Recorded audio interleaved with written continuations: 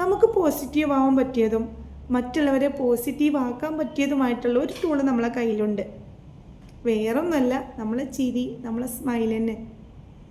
എല്ലാ സമയത്തും നമുക്ക് ഇങ്ങനെ ചിരിച്ചുകൊണ്ടിരിക്കാൻ പറ്റില്ല. പക്ഷേ കിട്ടുന്ന സമയത്ത് നമ്മളത് ഉപയോഗിക്കണം.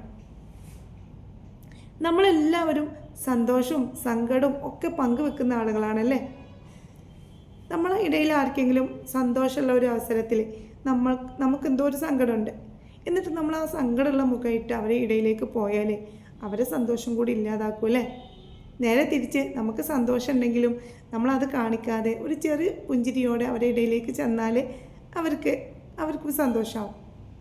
അതുപോലെ അസുഖങ്ങൾ കൊണ്ടോ മറ്റു വല്ല പ്രശ്നങ്ങൾ കൊണ്ടോ ഒക്കെ സങ്കടപ്പെട്ടിരിക്കുന്ന ഒരാളെ കാണാൻ പോകുമ്പോൾ നമ്മൾ അവരെ അതേ അവസ്ഥയിൽ, അതായത് നല്ല സങ്കടപ്പെട്ട മുഖത്തോടു കൂടി അവരുടെ അടുത്തേക്ക് ചെന്നാൽ അവർക്ക് അത് കാണുമ്പോൾ പ്രത്യേകിച്ച് ഒരു ആശ്വാസം കിട്ടാൻ പോകുന്നില്ല.